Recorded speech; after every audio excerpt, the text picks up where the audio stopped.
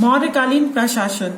भारत में पहली बार राजनीतिक एकता मौर्य काल में स्थापित हुई, जैसा कि कौटिल्य के अर्थशास्त्र में वर्णित है। मौर्य प्रशासन राजतंत्रात्मक था। राजा सेना का सबसे बड़ा सेनापति, न्याय का प्रधान न्यायाधीश, कानूनों का निर्माता, धर्म प्रवर्तक माना जाता था। इट मीन्स कि आप समझे कि जो कंट्रोल प्रशासन था वो केंद्रीकृत था, सेंट्रलाइज था, जिसमें राजा प्रमुख होता था। सप्तांग सिद्धांत, इसको आपको थोड़ा डीपली समझना होगा।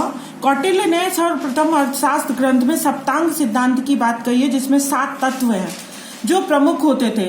राजा यानी स्वामी, अमात्य या मंत्री, जनपद, क्षेत्र या जनसंख्या, दुर्ग, किला, कोष, सेना या बल इसे बोल सकते हैं, 7वां मित्र।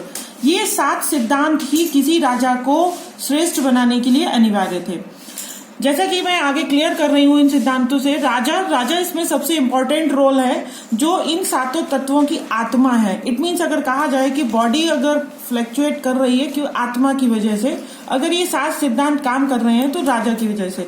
मैं आपको यहाँ पे एक बात बहुत अच्छे से क्लियर कर देना चाहती हूँ कि मौर्य प्रशासन जो आप पढ़ रहे हैं वो कुछ आपको वर्तमान परिस्थितियों से कोरिलेट करके आप पढ़ेंगे या समझेंगे, तब उसकी सारगर्भिता होगी।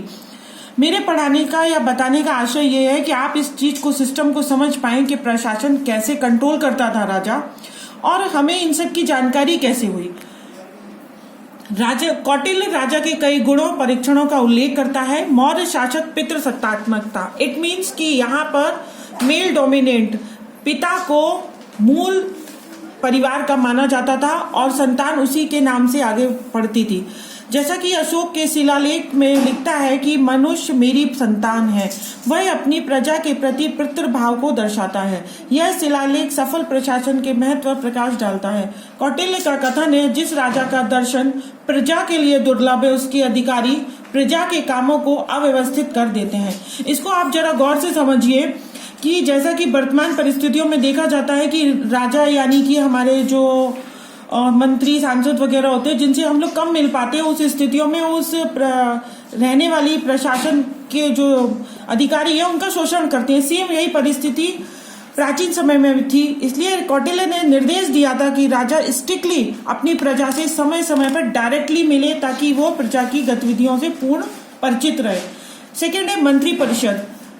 इसको मैं नोट्स में दूंगी, जो आप बिल्कुल डिटेल 1 by 1 पढ़िए। मैं यहाँ सिर्फ क्लियर कर रही हूँ। मंत्री परिषद जो होती थी वो राजा को सलाह देने के लिए होती थी और